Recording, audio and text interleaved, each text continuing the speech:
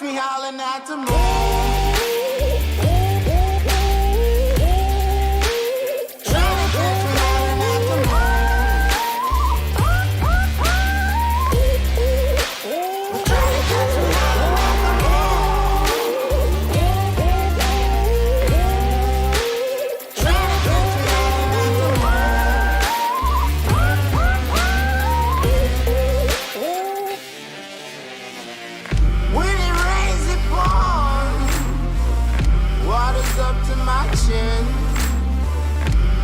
Won't stop fighting to the very end. Many men try to reach it, many men have failed. Well, if you wanna get to heaven, you gotta raise a little hell. And I've been running from the law. Hope they won't shoot me down soon.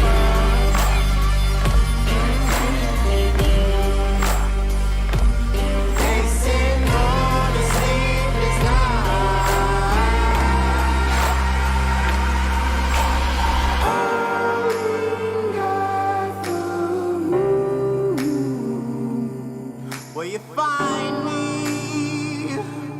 Hope you find me. I'll be back home soon. When the sun rises, when the sun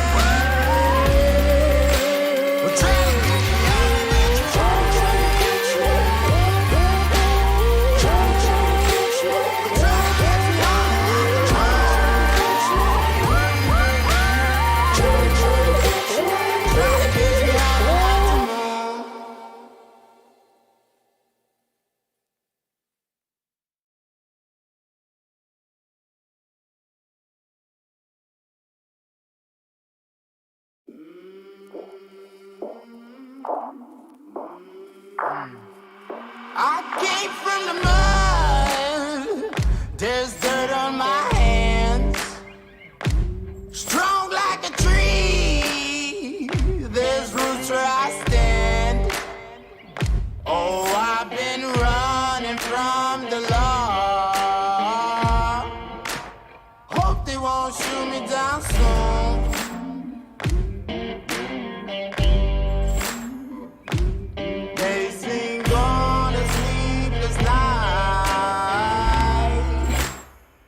Catch me howling at the moon.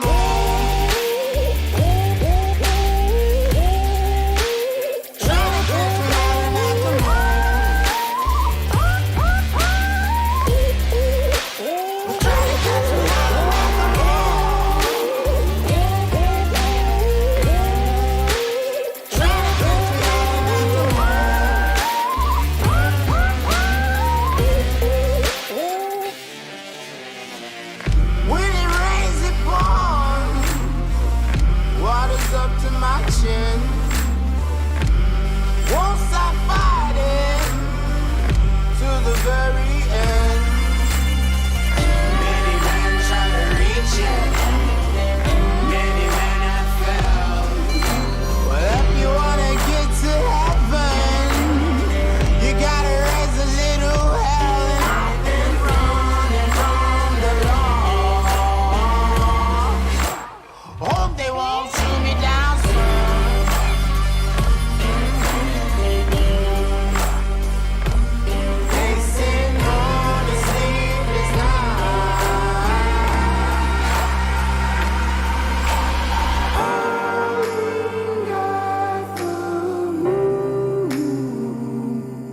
Will you find me? Hope you find me. I'll be back home soon. When the sun rises.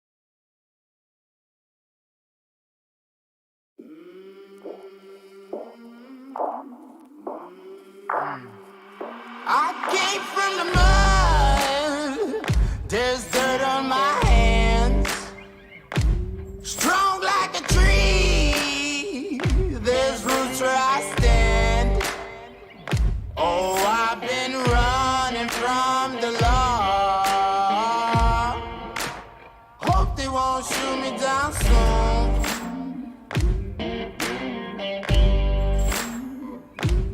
They sing on a sleepless night. Try to catch me howling at the moon. Ladies and gentlemen, how are we doing today? Good to see you all. Thanks for a good turnout. Hunt meat, let's go. That is going to be our new hashtag. Bottom boy, well, you know, I mean, basically, I say this a lot and everyone's like, shut up, TK, basically, but you know, you guys are an awesome community and we really listen to you.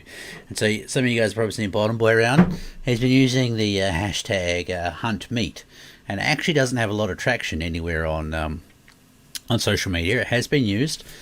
So I think we're going to try and commandeer that one. I'll have to look into it a little bit more. If it's somebody else's, maybe we won't. But Bottom Boy's got the good idea to make some t-shirts up, so that you know, the trophy shots that we do with you guys, it'd be cool if you can like be wearing the t-shirt or holding it up or something like that. I think that would be really damn cool. So is everybody like, am I sounding good too? I hope so. I'm flying solo again today. Flinter is literally going hour to hour, dusk till dawn at the moment on his... I'm going to move this over here, actually, so I'm not looking sideways so much. There we go. I can read your chat and talk to you a bit better this way. So Flinter's, yeah, like in tree stands at the moment. He hunted all 11 hours, as he said, of light last night.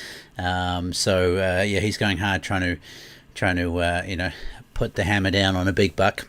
So, and his videos are awesome, mate. That last one was really good. Like a lot of people said it too. I really like listening to the sounds of the deer and stuff like that. He captured the vibe of hunting really good in that video. So who we got in here tonight?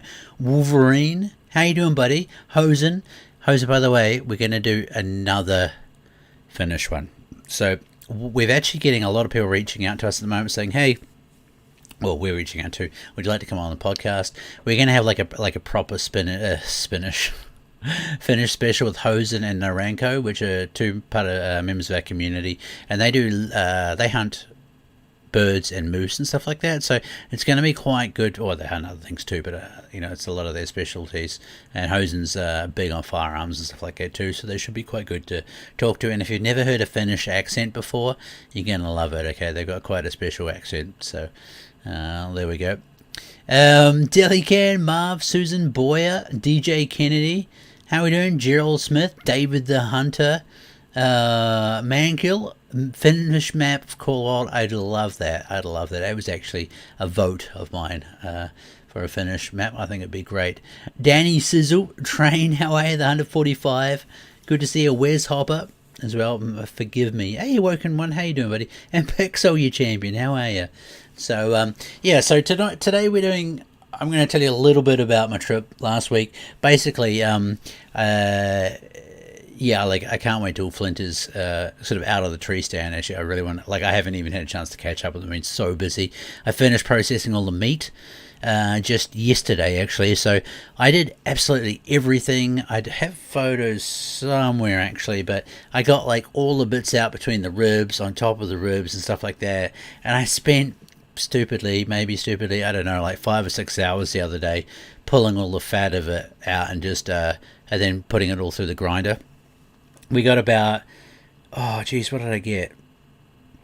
I'm gonna guess maybe like 8-9 kgs of grinds, I think, which is a lot more meals, right? So I think, you know, at the time sometimes I was like, what the hell am I doing? You know, like this is taking a long time, because whitetail fat tastes disgusting. So there's been real picky, you know, separating the layers out and stuff like that. If you guys have done it, you know what I'm talking about. But it was, I think it's worth it in the end, especially like, you know, those are probably the only, speak everything. But anyway, I got a deer. You guys know I got one deer. So, yeah, got a bit more meat though. So there we go. Best of luck to Flinter out in the woods, Joshua. Yeah, man, I like every day I'm like, how's it going, dude? How's it going? Yeah, it gives me the good updates. But anyway, so basically we're going to run over a little bit, and we have got a lot of community. No, I didn't say at least one deer, Hosen. I didn't say at least one deer. Anyway, we got a lot of community trophy shots to go through today too. It took me 40 minutes to go through everything, and I think I might have missed some people out, but I tried my dandiest, and yeah, so end of this podcast, we'll flip through those. You guys have been busy in the woods, I tell you that. There's a lot of animals down.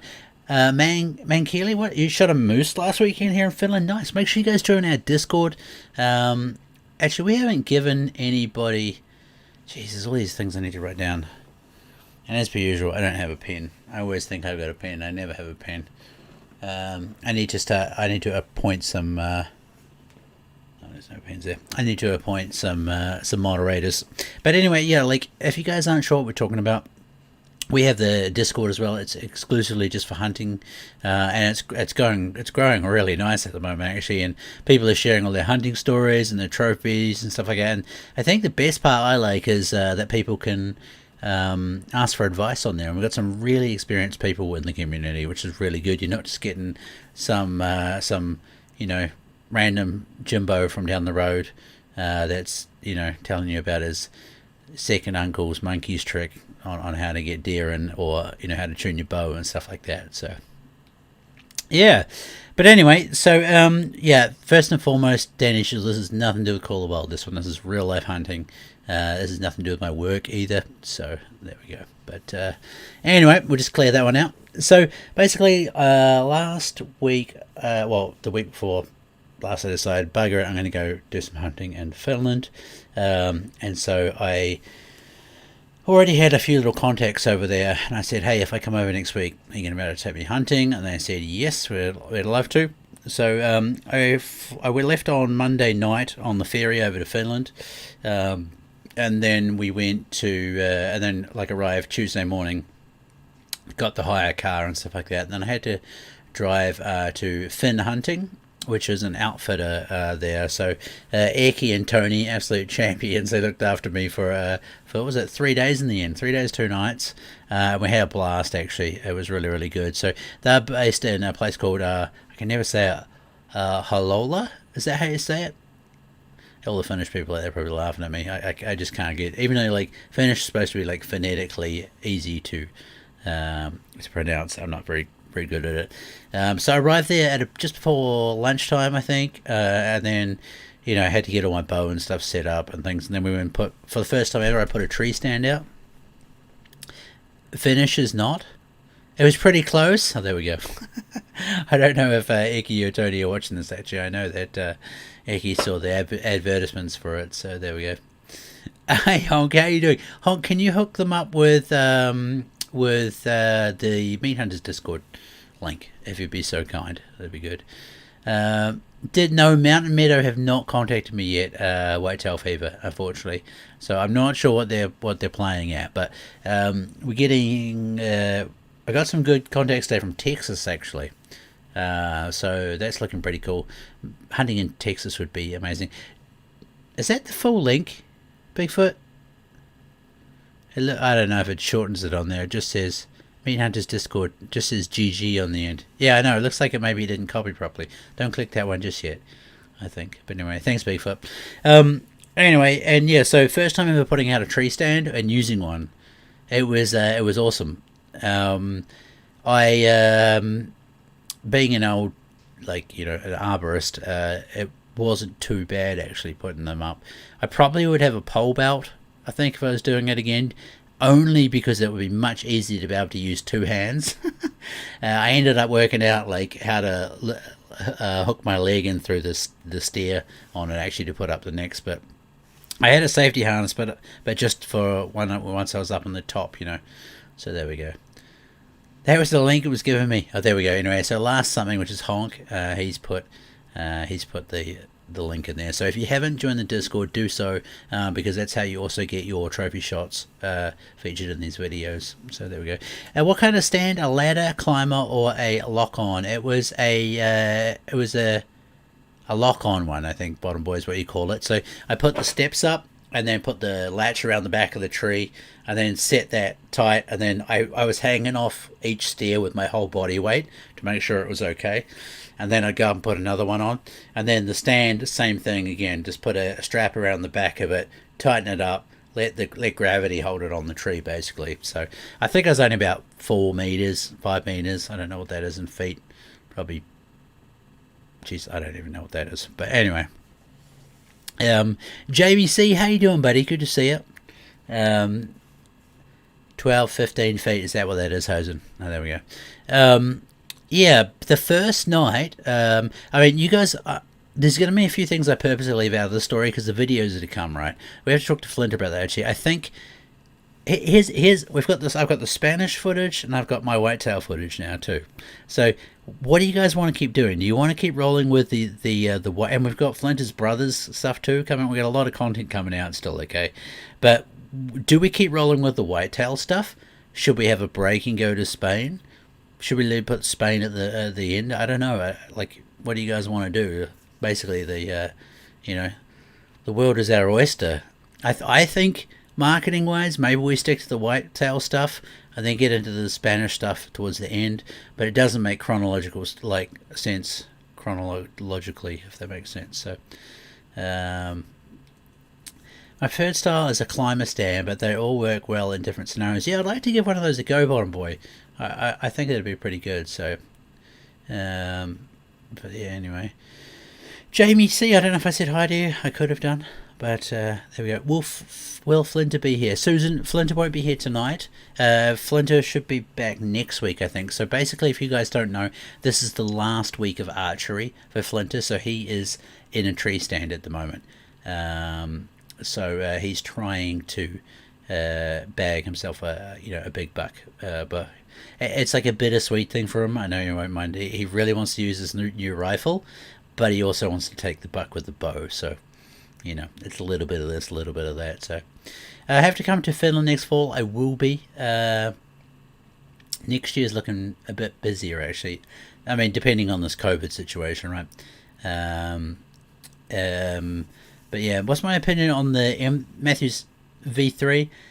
I mean, I'm going to be honest with you, Joshua. It doesn't look that much different to the last stuff. I like the short version. I understand why they did that, but I mean, they're getting a little bit like them and Hoyt. Like, there's not a lot of difference and variation in their bows. It's just small things. It's not a bad thing, right? Like, if you've got a good thing, just tweak it a little bit.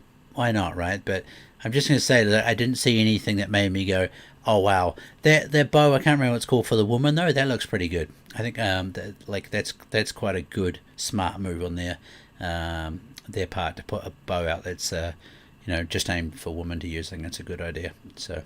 Come moose hunting with you.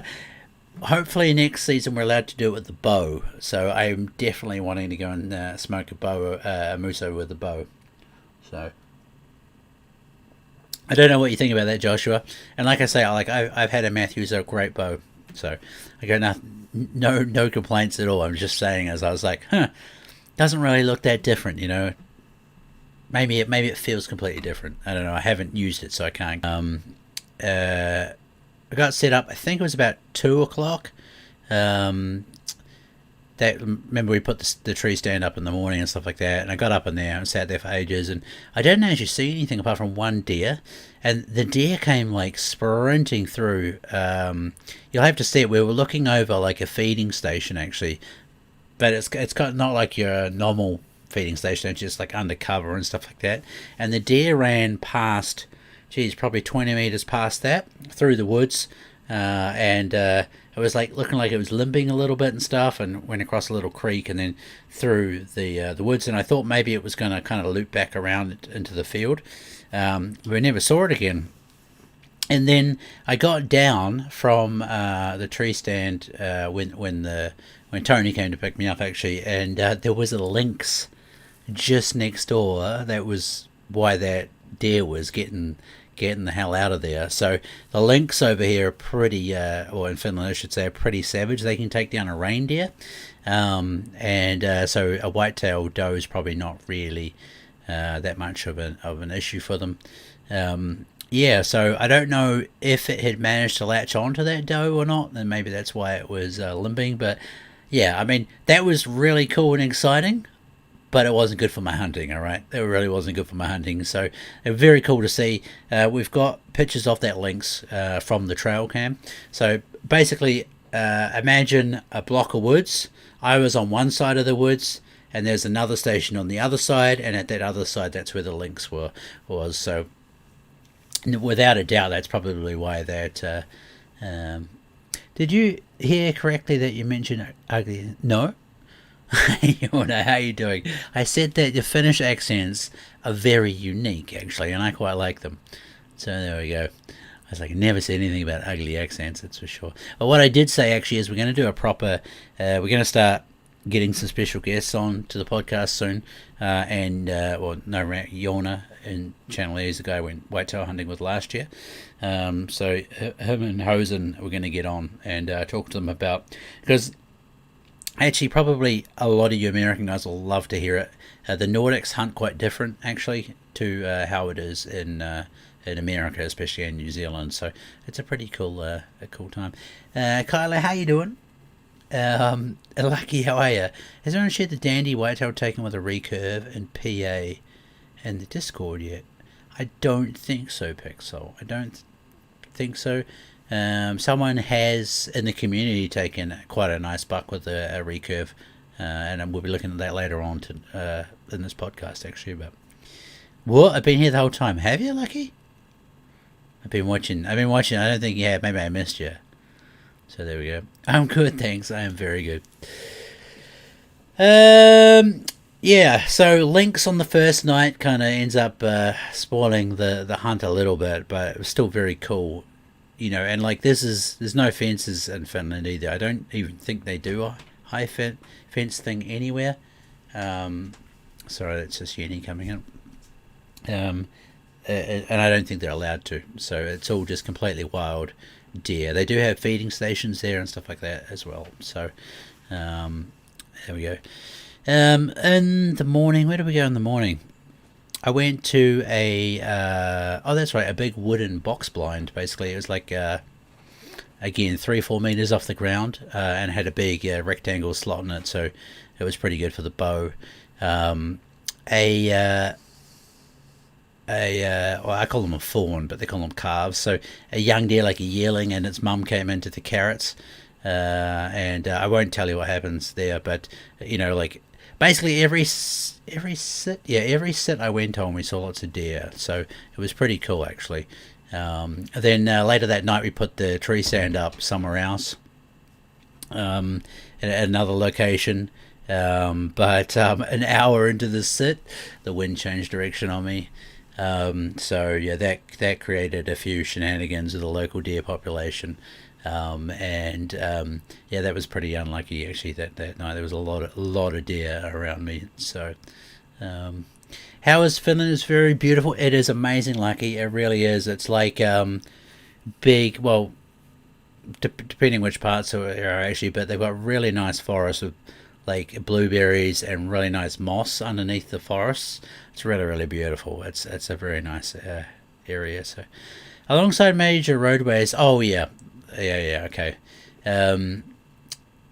So on the main highways, actually, there's so many whitetail deer in Finland, and moose as well, that they put these big fences up to stop the animals coming across because there's too many cars getting totaled, and yeah, it's not so good. Like literally everyone over there has huge high beam lights on their cars that they don't like to turn off until that you're like can't, they've already burnt a hole in your retina, and it's literally just because there's so many deer over there. They're all so paranoid about getting their vehicle crashed into, basically. So I'm a boutique guy myself, and I have a Reckoning, but almost bought the VRX last night. I was contemplating a V3 27-inch. The VXR is supposed to be pretty good, I think. I don't know if Ben's and I can't remember which he's got, but yeah, the Matthews bows are nice anyway. They're good quality bows, so I don't think you can go wrong with either of those, really.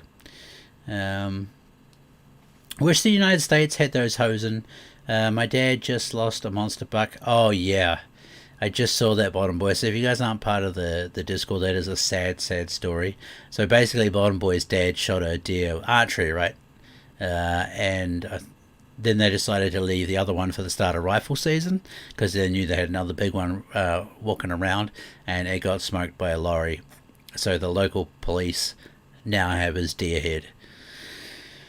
Oh, that's a real sad story, that one, for everything involved, obviously, too. The deer, the truck driver, but you know, trying to do the fun, nice thing and leave it for rifle season, and that happens is not good.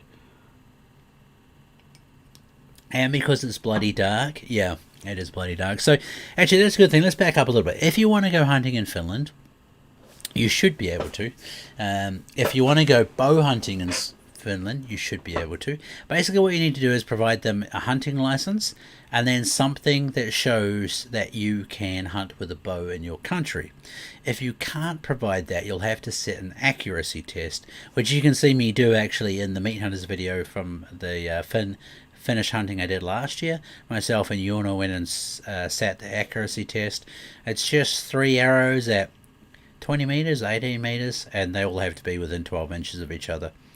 Easy peasy, really. So the test isn't anything scary either. It doesn't take long to, well, depending how many people are there, right? You might have to wait in line, but it's a pretty fast, quick test to do.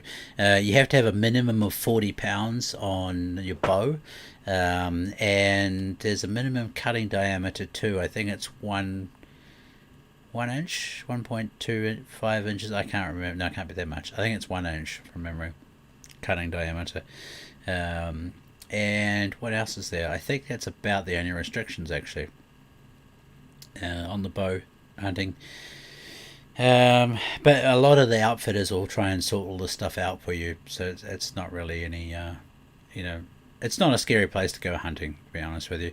There's no tags in well, there are actually, so there are tags for whitetail, but basically what, and correct me if I'm wrong here, Yuna and Hosen, but you have to own 500 hectares of land, and then you can apply for whitetail tags over there, and then you get a butt ton of tags. I can't even, it depends where you are too, like some places get like lots, thousands, right, I think.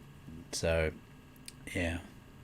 Hey Ty, yes, I am part of the Hunted Call of the Wild. It's me, it's Tree Kiwi, it's me. The only winner in the story is the cop who got the head. Do they actually get to keep it, Bottom Boy? That's crazy. Because I know there's some parts that have like, just like, honestly, they get like hundreds of tags, okay? And so basically what happens is you go hunting at one of these places, and then you just pay for however many deer you want to shoot until the tags run out, basically. And so it'd be quite cool, I think, for, you know, like if you're an American or anywhere in Europe, actually, it's the only place in Europe where you can do whitetail deer hunting is Finland. They're in New Zealand as well, and I think there's one other place, but I don't remember where it is. But apart from that, there's only like, like I say, I think there's only three or four places outside of the United States you can bow hunt, so you can hunt whitetail. But they're a very cool species to go for, and I highly recommend it. And if you're an American and you're like, you can maybe shoot one doe and one buck a year or something like that, maybe you want to think about coming to Finland just for a change. Like I say, go full ham on them for a little bit. So, Muskie Mike, my dad and I have 2 foot wide whitetail buck. Not shooting anything so I can get him. Wow, that's crazy. Have you got trail cam pics of him, Muskie Mike? That sounds crazy wide. So, I just found a skeleton of a doe on my property, bleached white. The only skin left is from the hooves. Oh bugger! Got picked clean, by the coyotes or something. So, Susan, my dog bit the other dog under the eye down to the skull. Oh dear. That's not good. That is not good. Go to Finland. Got it. Exactly. And it's really fun. And I'm gonna we didn't get this on camera, actually, for obvious reasons, but they were like, hey, do you guys want to come to the sauna? And I was like, well, I haven't really done a sauna before, but yeah, sure, why not? I was like, just let me ring, the family first. Catch you later, Susan. And so I'm standing with a cell phone like this, and I'm like, oh yeah, I love you, Les. I'm just about to go in the sauna. And then on the other side of the phone, Tony and Eki are just butt naked running into the sauna. I'm like, well, I guess, when in Rome, right? So I just stripped off, got naked, went and sat in the sauna with some guys that I'd only known for a few hours. It was pretty funny. But you know what? Saunas are great. I could see why. It's a really cool social thing to do. It's very, very funny. Everyone has some sauna footage. I mean, I didn't even think the GoPro would work in there. It was so steamy. It was 80 degrees Celsius in that one. And then later on in the trip, I went to a place that had over 100 degrees. It was bloody hot. I legitimately did not even know that a human can sit in something like that's that warm. So, but yeah, I'm drinking Julmust. Some of you guys will know this, especially if you're Scandinavian. I really don't know how. It's not beer. It's like a Coke. I don't know how to describe it. I really don't know how to describe it. It's like a cola-y drink, but it's just not. Maybe a little bit like cherry cola, but not. It's just a Scandinavian thing. I'm not sure what it's made out of. So 100 Celsius is like 222 Fahrenheit, right? I don't actually know, but yeah, it was 105 degrees Celsius, I think, was the hottest we got. And then they chuck the water on it, and that steam hits you. Holy smokes! It was funny. I didn't realize they were laughing at me. I was sitting in the hot place.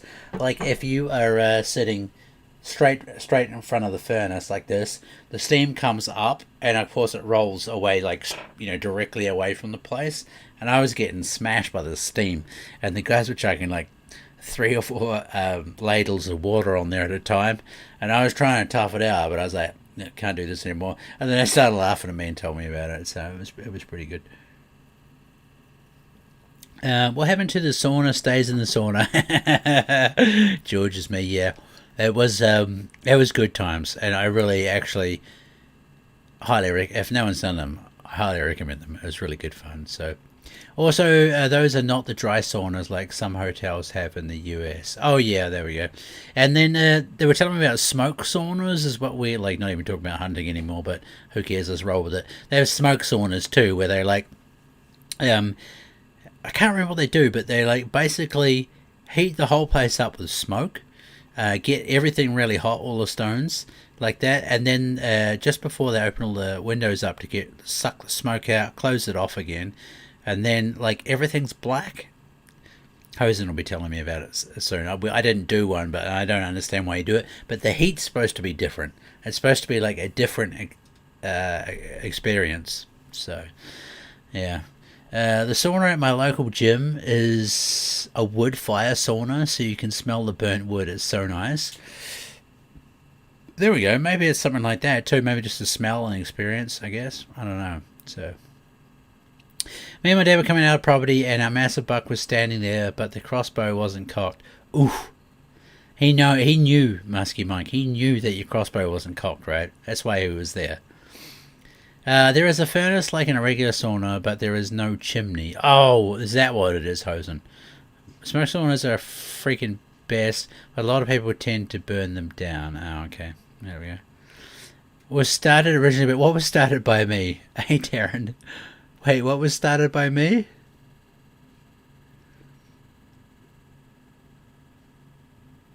It's a regular... Oh, Brandy. Sorry I didn't see you come in there. How you doing, buddy? And Krisky, how are you, man? Good to see you. I had mine and I shot a monster buck and missed. Ooh. I don't even know. Channel? Oh. I don't even know what's going on. Yeah. Anyway. And then you jump in the pool after the sauna, and it's like the North Pole. Yeah, and that's what you do afterwards, actually, right? So you stay in the sauna until you can't get out. Then you go outside where it's like freaking 4 degrees, and you're all standing out there just naked still. It's weird, really weird. Having a beer, you have to have a beer when you're in the sauna too. Apparently, you have to do that. Yona and Hosen can probably confirm that, but you don't have a sauna unless you have a beer in your hand, is what I got told every time I was there. So, but yeah. Anyway, where the hell were we in the story? Bad winds. Yeah, that's right. On the last morning. Yeah, so the last morning for the first from Finn hunting, I actually didn't see anything, so I lied to you. In the last set, I didn't see any animals. I had some random van come through on a private road and basically do some turnarounds and then stop with his engine revving really close to me. So I have a feeling that might have been something to do with it. But yeah, I think I also spooked a couple of deer off on the way into the stand too, judging by the trail cam footage. But yeah, after breakfast, Eki and Tony were like, "No, let's go back out. I think we can, you know, the hunting's not finished just yet." And so we put a drive on actually, and it was a pretty good drive. Let's just say that it was good fun. So, yeah. First encounter with the massive buck, he was just out of range for 7 yards. Bugger. Crazy. Then you jump in the pool after the sauna and it's like, oh, where did the one? Oh, it's 16, so it feels bad. It's weird but relaxing, right? It is brain D. Like, the sauna was awesome. It was really, really good. So, I've never killed a buck, and this is my 4th season. I have never killed a buck, and this is my 2nd season. So, you know, we'll see how it goes. The Watcher, how you doing, buddy? Good to see you, man. Thanks for joining. So anyway, now that you know, the sauna talk's out of the way, basically that morning, yeah, we went out and did some hardcore hunting.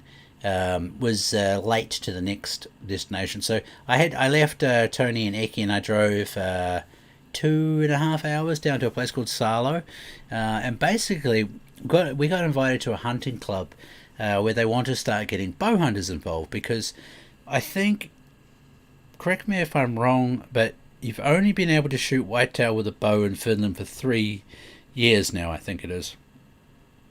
And so this hunting club has some areas that are really close to houses and stuff like that. And so they invited us, 3 of us, in to try and hunt these areas that are close to the houses. So, you know, because they can't use the firearms there, basically. So that was our main goal. It kind of didn't... It morphed into something else by the end of the trip, but that was the main goal. And they also wanted some feedback because they want to build stands and they want to set the property up for bow hunters to be able to use. So we had whitetail deer and lots of roe deer. There was just a crazy amount of roe deer down there actually that we could shoot at as well. And so we were down there for another. What was that, 3 days, 4 days, and then I came back again. But these guys have got the flashiest slaughterhouse I've ever seen. It really was amazing. It's like all brand new, state of the art, like electric winches, I should say. And yeah, it was really, really cool. Like, you come in one side and hook the deer up, lift them up, take the skin off, gut them if you haven't gutted them already, clean them off, and then you push them around, like you lift them onto a big rail, like a butcher has, and then pushes it through into the chiller. And so you can leave it in the chiller overnight, or for however long you want. In the chiller, they also have like a train system, basically, so you can change the railing. So say your deer was in the middle of the deer, you can just move them back, switch the rail across, pushes the other ones out of the way, and you can get your one out. And then you take it through into the slaughter room and push it on the end, and then like you can just keep lowering it down and working on it, putting the bits on the table and stuff like that. I got some good footage of this place because I was blown away. Like, I reckon a lot of butchers would have been jealous of the quality of this meat house. It was ridiculously good. So really, really good. They have to be, the amount of kills they get, it has to be borderline industrialized. Yeah, exactly, Brain D.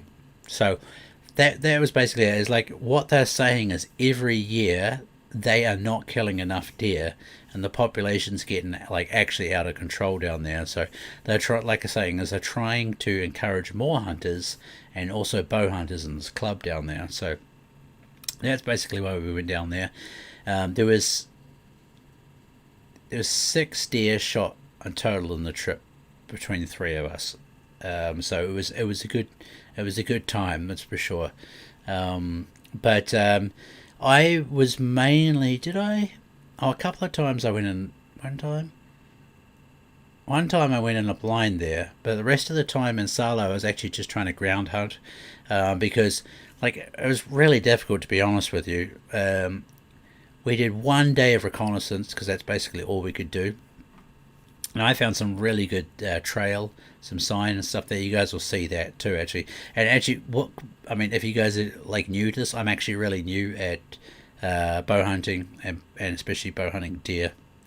So it'd be really cool when the video come out, actually, if you guys look at what I was looking at, and critique me a little bit on my train of thought and stuff for the evening. Because it was really hard, like going into an area blind, not really knowing where to set up and what to do. So I actually chose to, like I say, to ground hunt, because I was more flexible, more mobile, and there was plenty of cover around and stuff like that too. So I think it was pretty good for that. So. Hey Cosmic, how are you doing, Caleb? Good to see you, buddy.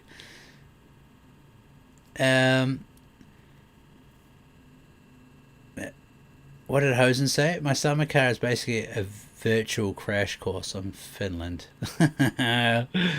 Any job is made infinitely easier when you have the proper tools and setup to do it. Bottom boy, this place, like, if there was, this sounds weird, but butcher porn or something like that, like people like nice cars, nice trucks. There's bound to be people that love nice processing plants for meat.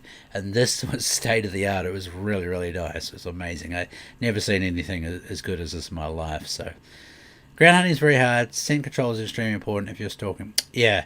No, I got all that stuff down. It's more just the critiquing for the, like what I'm seeing. Like, and the information I'm picking up when I'm scouting is into picking my location and stuff like that. I think is the best way to explain it. You guys will see what I mean, right? So I'm sure I put a nice little voiceover on the videos asking for your help too. So ground hunting with a bow is the hardest thing. Yeah, it's it's basically all I did in PA. Well, it is, apart from one morning, it is all I did in PA was ground hunt with a bow. And so I learned a lot actually about like what deer can see, kind of where you stand and all this other stuff as well. So it was pretty good. I'm doing good things, bro. I'm doing good. I ground hunt with my bow from a blind to make it a little easier. Yeah, I think a blind might not have been a bad idea, to be honest with you. But like sometimes the deer are pretty onto that too. Like, hang on, that's new. What is that? What's going on? So. Deer hunting is very deranged because wolves kill honey dogs. In this matter, Finnish politics is complete crap. Yeah, there's the wolf stuff is very, very controversial over there. And the only thing I'll say, because like it's not my country and I'm not going to put an oar in, but it seems to be a little bit out of control, the wolf population in Finland. I don't know how true that is, but just from what I can gather, there's a lot of things getting smoked. I was talking the other day actually, and in Finland too. In New Zealand we do a lot of hunting with pig dogs. Jake Boss, how you doing, buddy? Good to see you. Jacob, hobo, you're not so late. You're all good, bro. You're only 40 minutes late. So we're just talking a little bit of rubbish today anyway, so it's fine. What was I saying? That's right. In New Zealand we do a lot of pig hunting with dogs, and they actually wear like Kevlar. I think it's Kevlar protection around their necks, and you can also get it down the sides of them as well. And I'm thinking that it might be a good idea for you guys in Finland and Sweden actually to start putting this on your dogs as well, especially if you're in areas where that your dog's getting whacked, because they are getting attacked a lot. So it might just be enough for them to get, for the dog to get away, basically. If it can't get a good bite into the dog. I mean, the thing you'd want to make sure is that it's not going to make it so the dog gets stuck on the wolf. That'd be even worse, right? But they have these protection things just to stop the boars slicing up your dogs, so it could be a good idea, basically, as well. I'd rather hunt a hilly terrain if I'm ground hunting. So that ground makes it harder to get close to the game. Yeah, definitely. Yeah, trying to be above the deer is a great idea. Die 100%. There's a right way and a wrong way to interpret the sign you're seeing. Totally understand. Yeah, exactly, bottom boy. That's it. Because, I have very limited experience with whitetail. Everything I see is from YouTube, other hunters, or what I learned in PA, and so I just want to make sure that I'm kind of on the right track with my scouting and what I'm picking out to do, stuff like that. So blinds need more recon and preparation. Visiting a hunter doesn't have time. Exactly, it doesn't have time for that unless someone local has already done the recon for them. Exactly, Brain D, that's it. And they were a bunch of really nice guys, but one morning I sat in one morning I sat in a really nicely built wooden ladder stand, actually, but the bait was literally at the bottom of the stand almost. There was probably 2 meters gap, and then the bait was down there. So I was like, okay, I'm gonna have to shoot them before they get to the bait, right? There's no way that they're gonna sit down there and eat with me just sitting 3 meters above them in the air.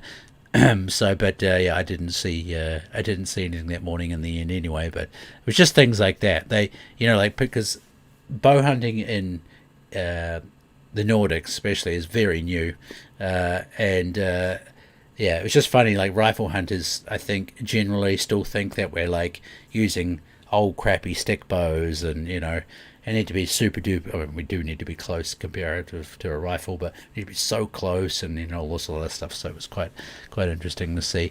So actually, a big shout out to the 2 Yuhas, I should say. Yuha and Dana as well. Dana from Hunters Friend Europe. He's our sponsor. He came hunting with me in Salo. He's a really nice dude. Please, guys, I'm going to say this again, but now I've met him as well, you definitely got to go and give him some business if you can. He's a really, really top dude, and we had a great time together. Yuha from the Wild Jaeger team. So they are they have a YouTube channel as well. He was a good dude. He looked after us. And then Yuha and Lowry as well from the hunting team, actually, that we were talking about. They helped us out a lot too. So thank you very much, guys. I really appreciate that. I'm glad I got that out of the way. Otherwise, I totally would have forgotten to say thanks for that. So if the population was spread over the whole of Finland, it wouldn't be that bad. Okay, but it's too condensed in the areas, Yona, the wolf population where it is. I gotcha. So... naturally formed wolf hotspots though, but it's getting scary. Yeah, okay. So it's okay. I gotcha. I guess it's must be just how it works, right? I imagine because they're such a family orientated or pack orientated species. So where deer might spread a little bit faster because they kind of seem to only get together at certain times of the year. Welcome back, Susan. I would love to see a video of you and Flinter hunting together if that's ever possible. So, next season, I got cleared to do some hunting in the States, in America. So Flinter and I are going to be meeting. This is a plan. This is a pencil plan. Things may change. COVID might ruin things. The world might explode. Whatever, right? But next year, we're going to be doing a whitetail tour in the States. There should be some hunting with us together. I'm really looking forward to that. I'm just in the midst of organising it, trying to find some outfitters and some places to go and stuff like that. So, we'll see how that goes, basically. The rift between rifle and bow hunters is never more present than right now in my state. Rifle season starts Monday, and it's been a bickering war on Facebook for a week now. I don't know why they bother. It's you guys have got perfect set up seasons, really. I don't know what there would be to argue about, really, but all you hear is subject to change, basically. Yeah, well, that's the plan, right? So we see how it goes. But the idea, I would personally like to tag out in 3 states if possible. I know that's quite a big task, but I'm thinking like roughly 15 days, and so 5 days per state is what we're looking at doing roughly. It's pretty tight. I don't know if it's doable, but we'll see. We'll see. I mean, if you don't try it, you're never going to be able to do it, right? So we might as well give it a nudge and see how it goes. So we're going to put something together for a possible group hunt in southern Ohio.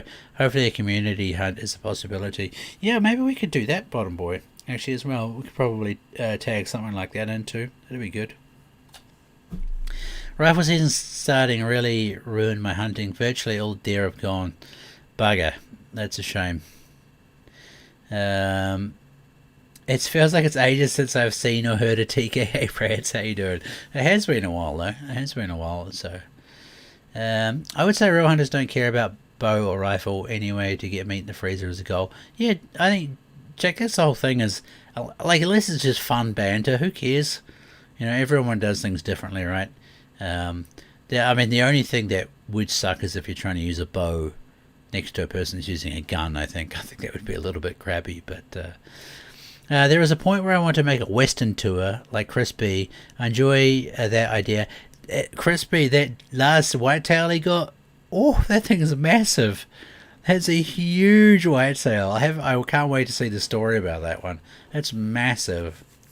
So, you're having withdrawals, whatever. So there we go. I don't care what it's shot with. If it's brown, it's down. Yeah, there we go. That's a good philosophy. Oh, one thing about Finland, which you Americans might find weird, because I find it a little bit weird too, right? They have basically the reverse of how you guys do. So for in terms of looking after animals and population, right? So like in PA and stuff like that, you can't shoot a buck unless it's got more than 3 points on one side, and in Finland, in the rut, in the place we were in, they have been advised to shoot everything up to 6 points, basically. 4 points is what we were set at, but they were saying that, like, you know, accidents can happen. 5 and 6 points are okay. So basically, they want all those ones to do the breeding, the big bucks to breed. And then in terms of the like the calves and the does, so if the doe is with a calf, hey Eki, how you doing, buddy? So Eki in chat there, go and check his channel out. That's the champion that I went hunting with in Halola. I can never say it properly. So that's one of the outfitters there, Eki and Tony, absolute champions. I think you missed. We're kind of like I didn't want to give too much stuff away, Eki, but we're just talking about basically hunting in Finland and you know, some of the differences and stuff like that. So I'd like to talk about the sites with you guys if you get a chance. Yeah, no worries at all, dude. You're talking about the UltraView site, right? So that's odd. Goes against everything our wildlife management groups in the states say to do. Very odd. Exactly, Bottom Boy. Exactly. That's the weird thing about it. And the other thing I find weird about it, right? Let's say an 8 or 10 point buck. Maybe not the 3 points. Maybe not the 4 points, right? But when those 8 point bucks or whatever, when they were, say, 5 points, 6 points, whatever, they've probably already... Oh, you've been here the whole time, Eki. Awesome. That's good then. Yeah, they've been just lurking. What's he saying about me? There we go. Yeah, so they've already put their genetics in the gene pool by this stage that they're this big.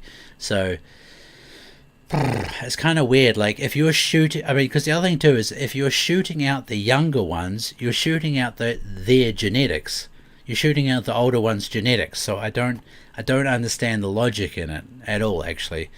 I'm sure maybe there's something that I haven't got explained to me, but it doesn't make any sense.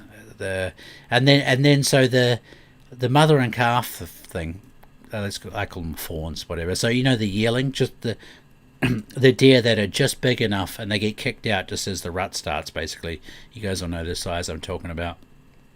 So it's illegal to shoot the doe if she has a fawn with her. Even though the fawns, like I say, are old enough to basically look after themselves, they're a little bit, as the EQ is pointing out, a little bit stupid after that happens. But yeah, it's well, actually, it's was that for? It's no longer illegal. It's if it's an accident or something, right? You used to be able to get punished for it, but I think they've lifted the rules or lightened them up a little bit. EQ, the guys in Salo were talking about it anyway, yeah, so it's just kind of a little bit weird, some of the stuff. So basically, you have to shoot the calf, is what it is. So if there's two deer that come in, the doe and the calf, you have to shoot the young one. You're not allowed to shoot the doe. So again, it's like weird. It's like you're killing that next generation off, which I don't. It's no longer illegal, but preferably you shoot the fawn first. There we go, Yona. That's what it is. So again, it just seems a weird way of managing the population, basically. Because the other thing about it, if you think about it logically, is that you have if you shoot the mum, the fawn has a chance to live, okay? If you shoot the fawn doesn't have a chance to live. You know? I mean, that's just weird. I don't know where the logic comes from, all that stuff, but maybe it's some animal rights groups, people. They don't want the Bambi situation. I'm not sure, but it's gone from being illegal to just becoming a moral decision for the hunter. Oh, there we go. That's not too bad then. If the antlers are under 3 inches, you can use your doe permits here. Yeah, I think that's the same in PA as well, Di. So,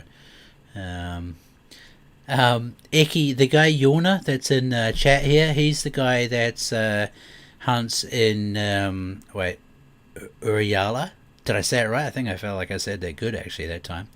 And there's also another guy, Hosen, in here, Eki, as well, who's a Finnish hunter as well. So actually, we've got a few too, Brain D and stuff in there as well.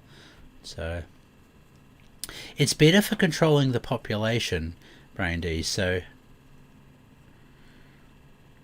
But is it though? Because if you shoot the doe, she can't breed that year, but the fawn can't breed that year either, Brandy. So I don't know. I don't agree with that one either. Good debate though. It's just totally open-ended, healthy debate. Okay, I'm not crapping on anyone or anything like that. I just think it's a good thing to talk about. So, but the doe can breed next year. But the does, hang on, are you talking about the fawn can breed next year? But that fawn, which is hard to tell, could be a buck again. And then you can shoot it next year again anyway. You know what I'm saying? Both can breed again next year, but they're talking about for population control. So, what did you want to say? Their mom has a higher chance of surviving the hard winters. That's mostly why. Okay. But the hard winters, from what I've seen, mostly consist of carrots in Finland. There's carrots is the preferred food source actually for the whitetail deer and stuff over there. So, but yeah, anyway, that's just my thoughts on the. I had an absolute blast. Don't get me wrong, I'm not pooping on it at all. It was just an observation I had, which I thought was weird. The hard winter means the carrots freeze. Not if the people are putting them out regularly, Hosen. You know, I feel like it should be up to the hunter in that situation. Yeah, I mean, this is what I mean, is we're just having a healthy debate here about it all. So the hard winter means scary winter. Since we're on this topic, Source, what's your opinion? Would you rather shoot a doe pre-rut before she's bred, or take a doe post-rut that could have already been bred? Me personally, I don't care too much, Bottom Boy, and I mean, just a weird thing. Like, I've smacked a whole bunch of possums on the head that have had baby. Like possums are a marsupial, and so they keep the baby in the pouch, and you have to dong them on the head too. So, kind of get a little bit of a weird thick skin to that. At the end of the day, it's not a nice thing to have to do, but it's better than them starving to death. So, anyway, well, we give them carrots when the season begins. Anyway, yeah. Wait, what was the message deleted? I own the Brandy. Who the heck am I able to stop spamming? Oh, Brandy, that's what I need to do. change the automatic bot so you guys don't get eaten by that. Apologies, Brain D. Sorry. Hey Andrew, how you doing, man? It's good. Google says that at ages 6 to 8 months, a whitetail doe is able to be bred. Really? Crazy. Hey Dana, how are you, buddy? We'll catch later. 1 permit can be used to take 2 fawns, hence the population control angle. There we go. That's a good thing. So we were talking about like how people, you have to own 500 hectares of land, and then you get permits, like an allocated amount of permits. So if you use 1 permit, you can take 2 fawns with it. So there we go. So Dana in chat there, that's the absolute champion that sponsors Hunters Friend Europe. It's actually up in the top of the corner there at the moment. So please, guys, go and give them some business. Really appreciate it. They does an absolute stellar job of supporting myself and Flinter. So that's a tough choice, but ideally I'd like to be tagged out before the rut happens. I shot a possum and didn't realize it was a female. When I turned it over, it had a dozen babies attached to its attached to its pouch. There we go. It all determines how healthy and what kind of diet they have. I guess it's like pigs, right? Pigs can be bred at stupidly young ages, I think. I ask more for a herd management aspect than an ethical aspect. I try to make sure every decision... Well, it's different, eh? Like, in America, you guys, like, look at your population as a health thing. So everything that's set up in America is done for health reasons, for your herd. And so same with like buck quality and things like that, where in Finland there's just so, honestly, there's so many white-tailed deer there, it's just a completely different thing basically. So there's no guarantee she's going to be bred even after the rut. I mean, and the other thing too is like, you know, the fawn's tiny as well, right? You probably got to really be looking for it if it is like that too. It's a nasty conversation to be having, to be honest, but it's just a reality of hunting sometimes. So lots of people shoot fawns because they prefer the meat since it's more tender. I can agree. I've killed young deer before, but I'd rather shoot one that's older, give them a chance to live. That's the same for me, Dyer. That's the same for me in my head. It's like I'd rather, like I say, give the. I mean, but actually, that's the other point too, Yorna. I'd like to go back to that. Is that the fawns get kicked out of them from their mums soon, so they have the same chance as surviving the winter with or without her. Like if she got shot anyway, you know. Just was thinking about that then actually. Unless I'm wrong, but I'm pretty sure they do get booted out soon. I've seen does be bred when they come into their first estrus cycle in early Jan or so. It means a late fawn drop for the next year. Yeah, well, I think Eki was saying actually that the rut's usually a bit later in Finland than it is in America because the winters are so harsh for so much longer. So that the cycle comes in a bit later. Just to try and push them out into spring a bit more, which I thought was pretty interesting actually. Amazing how nature can kind of balance itself out a little bit like that. It's pretty good. So, yeah, man, I got like a lot of photos and stuff like that, and had an absolute blast. So, of course, I'm thinking this from the standpoint of a moose, and then there's a tag system that needs to be explained, but that might be better for the Finnish special. Exactly, Hosen, exactly. So, if you guys just joined to, we're going to do like a Finnish special. I'm not sure, probably actually when these videos get released about Finland again. And we'll get some proper Finnish hunters on to talk about the systems and stuff like that. Because, you know, I'm all pretty new to it. So...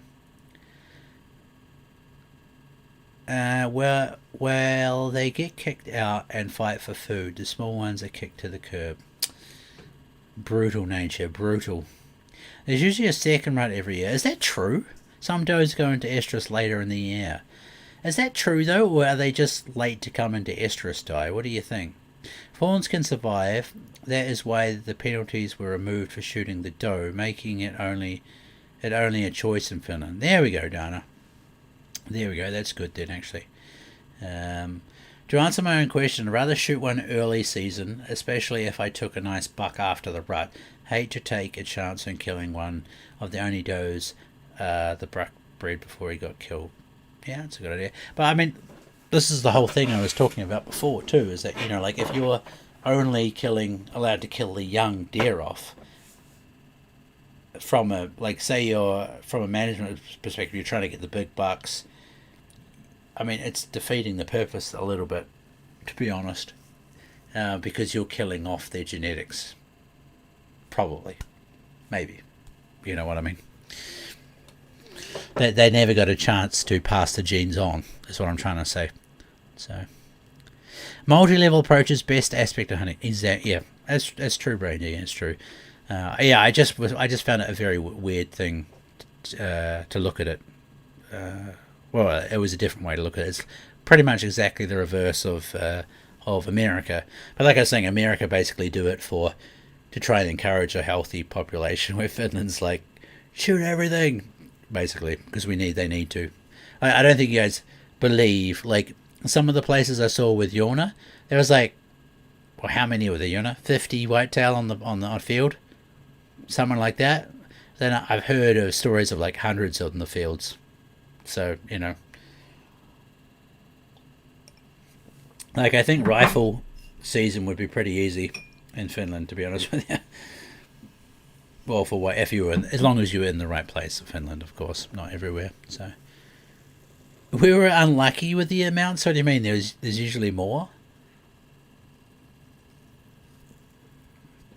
If you kill all the young deer so the older ones can survive, then you won't have any older ones in the future. You're not giving them time to get to that same... Yeah, exactly. It was just weird. It was just an observation, but... I don't know. So, only like 40-ish. Yeah, yeah, the amount of deer in Finland, whitetail deer, is crazy. That's crazy. That's awesome. Healthy debates, discussions, the only way hunting will be able to continue in this strange new world. True. The hate that's out there will consume us all if we don't come together. Yeah, exactly, Bottom Boy. Exactly. But, having too many whitetail is a bad problem. The meat's delicious. It's going to promote a good hunting industry. Hopefully Eki and Tony get even more business out of it. Yeah, it's a problem that people should be jealous of, basically. So, in Finland, fin hunting, we are trying to get good genetics and build health. Yeah, exactly, Erky. Yeah, exactly. You guys are exactly. There's Erky. That's right. Didn't want specifically. Actually, no. Yeah, that's right. Actually, Erky didn't want does or fawns shot. Preferred not to.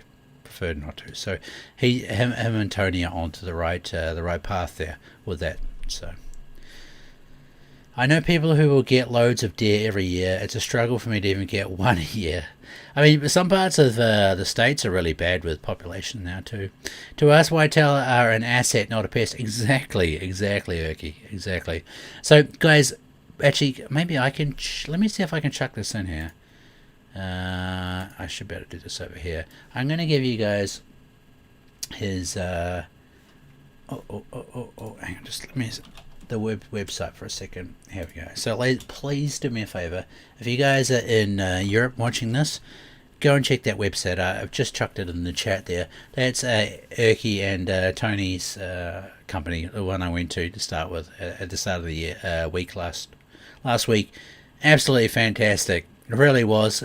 And Erky, you said he was here for the whole chat, so he probably would have been laughing about the sauna part, I guess. Iowa has massive whitetail. I shot my biggest non-typical there. Wow. Well, I have never. I don't think I've ever seen a non-typical, actually. So, yeah, the chronic wasting disease, that's something interesting, actually. Where we went hunting, you might have noticed that the balance is way more doe. Yes, doe heavy, hence the focus on doe and fawns. That's true, actually, Yona. There was like 40 does to 1 buck, maybe, something like that. He was having himself a good time. That's all I'm going to say. What do you reckon? It was something like that, right? Let's say 35 does, $5 or something. Crazy. Absolutely crazy. So, But yeah, every year I go out, every time I go and chase whitetail deer, I learn some more stuff about them. And you know, let's say 3 more seasons time, I think I'll be feeling quite a lot more confident. And you know, it's always at me and my confidence at the moment, it's always such a 50-50. I'm not decisive about what I need to do. That's what I want to try and clean up a little bit, actually, is just to be a little bit more sure in my guessing and finding out what to do, basically. So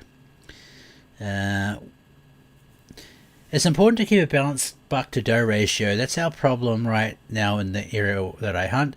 It's not legal to shoot does, and the population is super unbalanced. Okay, there's too many does there, Trent? That's interesting.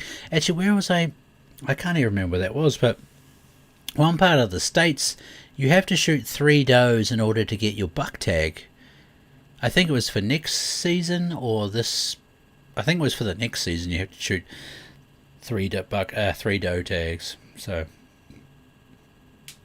up in Michigan's, okay, Michigan's UP. I don't know what UP is, unfortunately, but that's interesting. Very interesting. It's not just maintaining the population numbers; it's also maintaining the composition of the population. Yeah, I mean, I think that's happening to humans as well, right? Females are getting taken over the males, I think, slowly. Upper Peninsula. Okay, awesome. I gotcha. Yeah, wrong chat, Josh. This is nothing to do with Call of the Wild, bro. Absolutely nothing. Sorry. Thank you for joining, though. In Virginia, they are using the earner buck, meaning we have to kill a doe before we can kill a buck. Yeah, see, I think that's a good way to do it too. And I really don't understand the stigma about shooting does. They taste much better than the bucks, right? I really don't get it.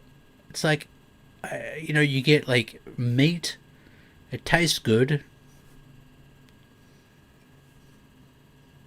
I don't get the big stigma attached to shooting does.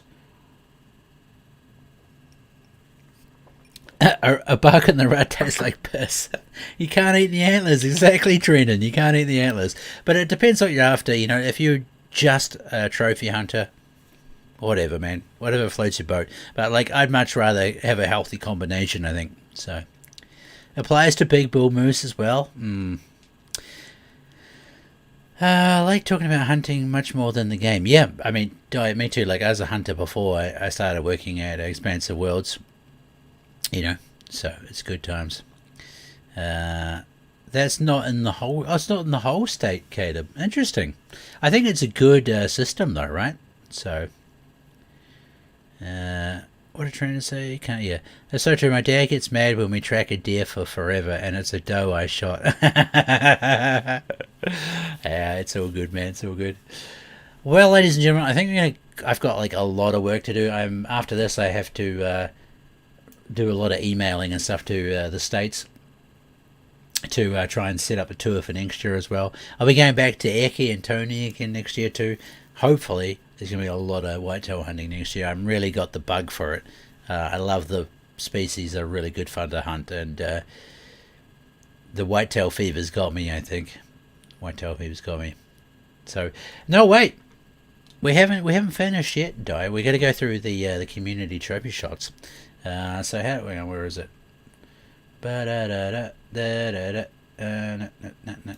Here we go. So unfortunately, you know, you can't see me looking now, but the you know, the slideshow feature that I had is completely broken now. So we're just going to do it this way, because this way it'll show all the slides completely. So Great World Whitetail Tour with Tree Keeper. I would love that. It'd be great. It'd be great. So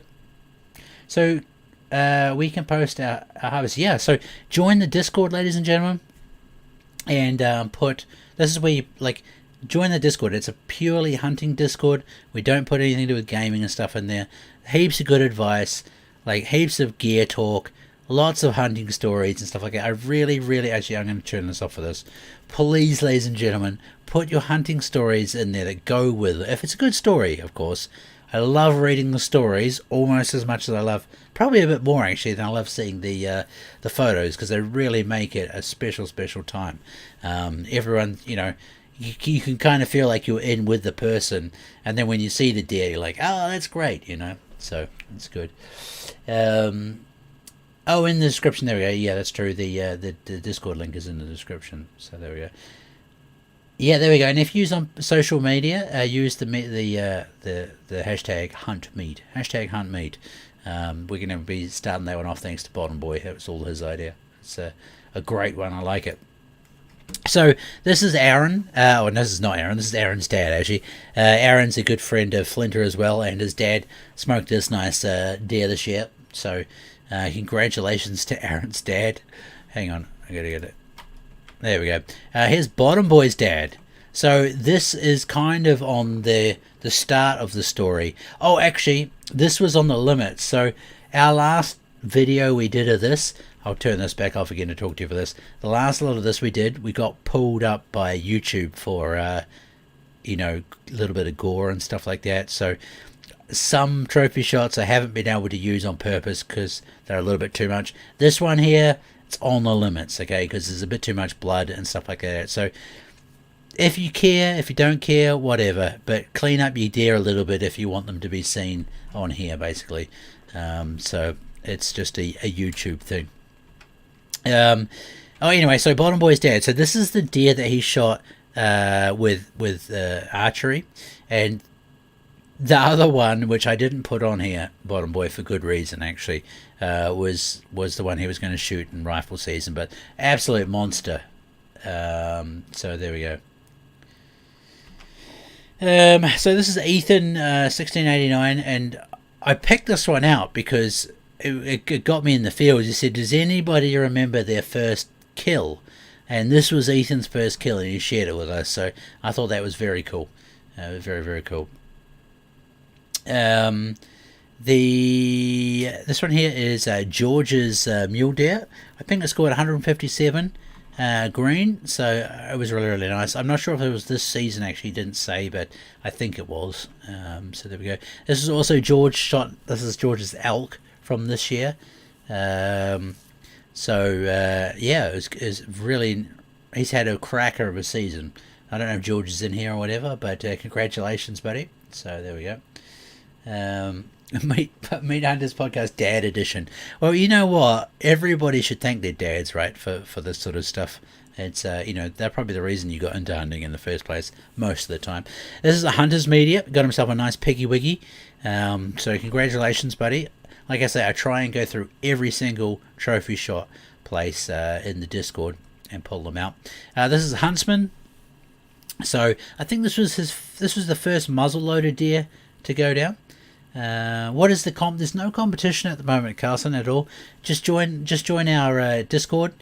Basically, we're forming. I mean, part of the whole idea of starting the Meat Hunters was to start a community, a hunting community together, where we can all learn and share together.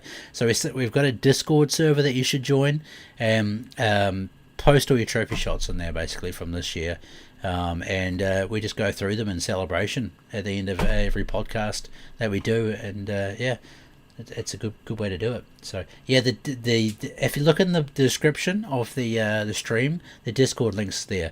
I need to set up the Nightbot. I will do that after this, actually, before I get stuck into the emails. I'll finish doing the setup of that. So actually, I know I can't do that because I need to look at who this is. So and this is Huntsman's dad's one for this year. So that's a really nice buck. He's got to be happy with that. I think there's like I like to call it a rose thorn on there. Looks like a really nice deer. So Huntsman, congratulations, man.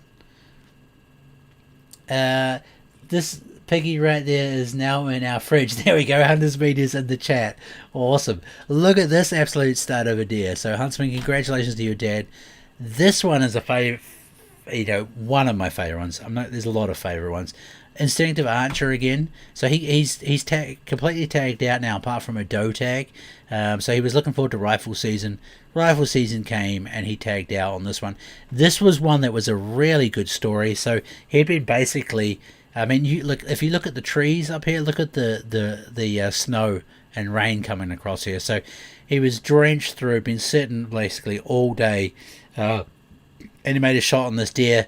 He thought it was like a liver shot, tried to chase up after the deer, and then managed to. Oh, Trenton's in there. We go. He's in there now. You know what's weird, dude? Is it's so weird not seeing Instinctive Archer there. So this is what I mean about the stories. Add to it, right? Take some time, put a story in there. It really makes a much bigger connection to it. So managed to get over the crest of the hill, I think it was, and then put another shot in it and dropped it on the spot. So congratulations. I left out the rest of the story, Trenton, about your friend in here. So yeah, it was a miserable day. It turned out good for you anyway, buddy. This one here, it's Fro. I thought this was awesome. So this is nothing. I have not dabbled in this at all. I think it was, I can't remember if it was his biggest one with the recurve or first with the recurve, but I just thought it was very, very cool. And congratulations, it's Fro. I can only but imagine how how difficult it must be to get a deer with a recurve bow. So my hat is off to all you guys. So why did the message get deleted, Trenton? Stop spamming. Bloody Nightbot. I apologize. This one is great. Keystone State Outdoors. Yeah, I think he actually left the Discord for some reason, but still made it an absolutely nice buck. You got to be super happy with that. That's really, really nice. So, and this one here I thought was cool. Lane carrying the doe out over the shoulder. Where does that look? Is that like Florida or something? Judging by those trees, I can't quite tell actually. Not that I actually know. Maybe they're two pine trees. I think they're pine trees, so maybe not. But I thought this was a good one. It's like I say, you can't eat antlers, and congratulations on that one. Now this is the mum and dad special. I don't know if Lugia's in here. So this is Lugia's dad's mule buck that he shot this year, and there was if you guys go and have a look at the trophy shots in the North American deer section, there's a lot of this buck. I just pulled this one out because I was a little bit in a hurry. It scores 178, I think it was. Absolutely beast of a mule deer, and it's actually really thick. The mass on it was incredible. Actually, he's got a photo there with his hand around the antlers, and it looks really good. That is what it looked like. That's what it looked like just before he shot it. Just to put it into perspective a little bit, it's a really, really nice mule deer. His dad pulled I think it's like a statewide deer tag or something, so he could choose wherever he wanted to hunt the. I think he's put like 3 months of hunting in or something, and pulled the trigger on this one. So, congratulations to Lugia's dad. Maybe it's coming up later. Mike, again, fill in the freezer. Good stuff, buddy. Thanks for sharing. And like I say, to me, this is just as good as anything. That'll last you for a little while, mate. So congratulations. NEA Hunter as well, smoking a doe. I think this was a muzzle loader as well. So congratulations. I think he said it was a bit of a poor shot, but they had to cut its throat. But if you hunt long enough, these things happen. NEA Hunter as well with his buck. So this one had a bit of a story too. They took a little while to find it. They tracked it to the water source, and then they couldn't find it anymore. And then ended up managing to find the blood, I think, on the other side of the river. And then they floated it down the river to get it back to the road. So very nice. This one here is Outlaws. So this is his buck last year that he managed to get. Congratulations, Outlaw. I don't know if you're still here, but that's a really nice buck, dude. Congratulations. I like how high up the beams come on it. That's very, very cool. So, and this one here was Petrol Artist. So this one had a good story with it as well. This was his buck last year. Some people, like I was saying, is we haven't really got any hard and fast rules for this part yet. So just share them. Make sure they're like yours or your mum and your dad's, your brothers or something like that. We don't want to see your cousins, aunties, basset hounds, squirrel that are dragged out of a tree basically. I think you know what I'm saying. We want to try and keep it personal and relative to the community as much as we can. So Ravenwood, I just had to put this one in. This was his big 10-pointer. I just thought it was pretty funny. I love some good humor. So congratulations, Ravenwood. That's a very nice buck. Huge male. Riley, this was one from last year, I do believe, and I just put this one in because I really like the tips. I don't know if that's been munched on by something or it's just battle scars, but that's a really nice deer. Apparently you got the one last year. So this one here is it Squirrely or Squirrely? Got himself this buck this year with his dad too. Congratulations, buddy. And mate, I don't know if you're going to watch this. No, don't worry about the photos, dude. They look fine. My hat's on crooked all the time. It don't matter, dude. Look at the smile on your face and that deer. Congratulations, man. And I bet your dad's super proud of you too. So we're doing the dad edition as well. Squirrely's dad managed to knock one over as well, which I thought was great. So it's been a good season for the Squirrely family. Congratulations, and I think Squirrely said he was really proud of his dad too, because his dad's usually so busy focusing on his sons that he doesn't often get to to shoot anything. So there we go. Is yours in here somewhere out of curiosity? Maybe. Which actually, no, Caleb, it's not, because it was there was no real trophy shot of it. It was just, let me turn the camera off so you can see me talking to you. It was just a fillet deer with where the arrow went through it, I think. Right? Unless I'm missing something, then I apologize, but I couldn't find any like proper trophy shot of yours. It was a very nice shot though. It was good. So here we go. Storman said that he can't hunt this season, but these are 2 deer that he got last year, and so congratulations. I think there's one of the truck. There could have been Caleb, but I don't know if I saw it there, mate. And if I did, I'm just sorry I missed it. So, but yeah. So Storman was saying, like I say, that he said he can't hunt this year, but these are the 2 bucks he got last year, and I thought that was pretty damn sweet as well. Some guy got this last week in Finland. Again, probably on the limits of YouTube there with the blood. Too bloody. I thought so. I'll blur it out. When it goes to YouTube. But yeah, I'm super stoked with that. 40 meter, top of the heart. Just absolutely drilled it.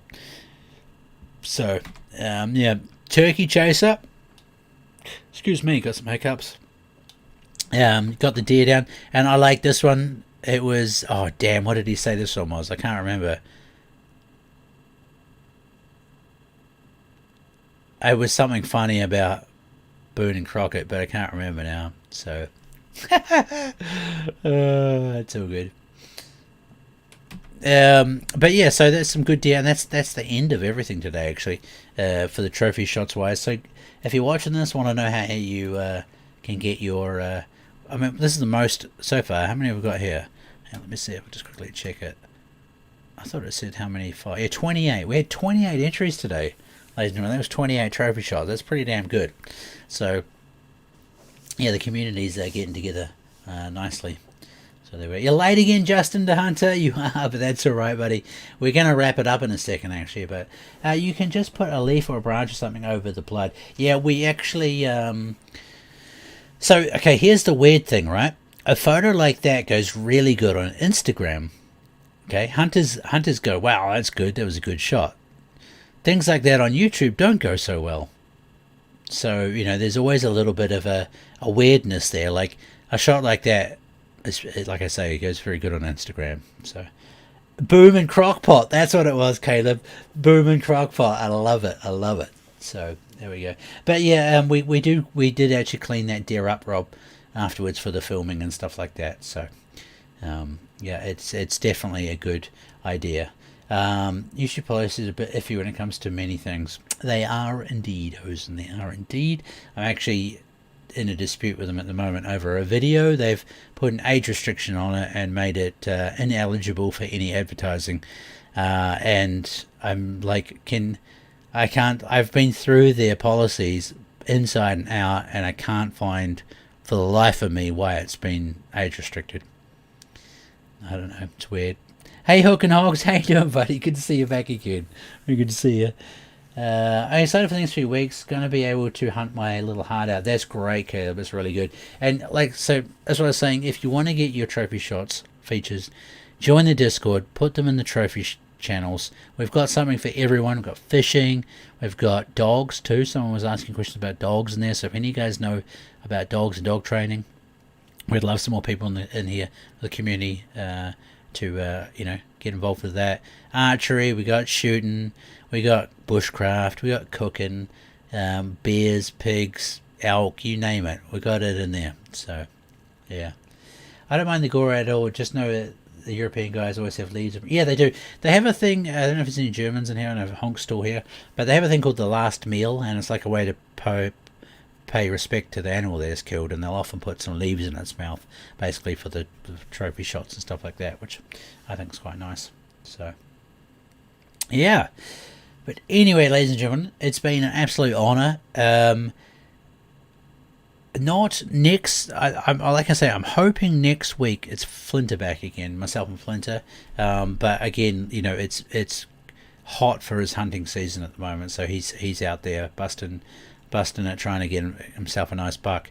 And I'm never going to stop him doing that. That's not that I would even try, but you know what I mean. Is that's where he should be, basically. That's what we're trying to say. That's what we're all here for. So 3 weeks time, we actually have Instinctive Archer on, penciled in. So he's going to be great to talk to because he is an absolute bow whiz. He builds his own bows as well, like that, and I really can't wait to sit down and pick his brains on hunting. It's going to be great. And then we've got. I'm trying to get Charlie on, who makes our calls as well. He's a bit shy, but he's great to talk to as well. He's the guy who makes custom callers and stuff like that, and he's into geese hunting and duck hunting and crow hunting, and he's an absolute madman too. So it'll be great to be able to get him on as well. It should be pretty damn cool. So yeah. Yeah, that's right. Charlie is the CMS guy. That's correct, Hosen. That is correct. Yep. So he makes our callers and stuff like that. So, yeah. Rightio, everyone. Have a really good week. Thank you very much for listening to me yabber on for an hour and a half today. Good luck out there. Make sure you join our Discord. And as per usual, thank you very much and have a good night. Cheers.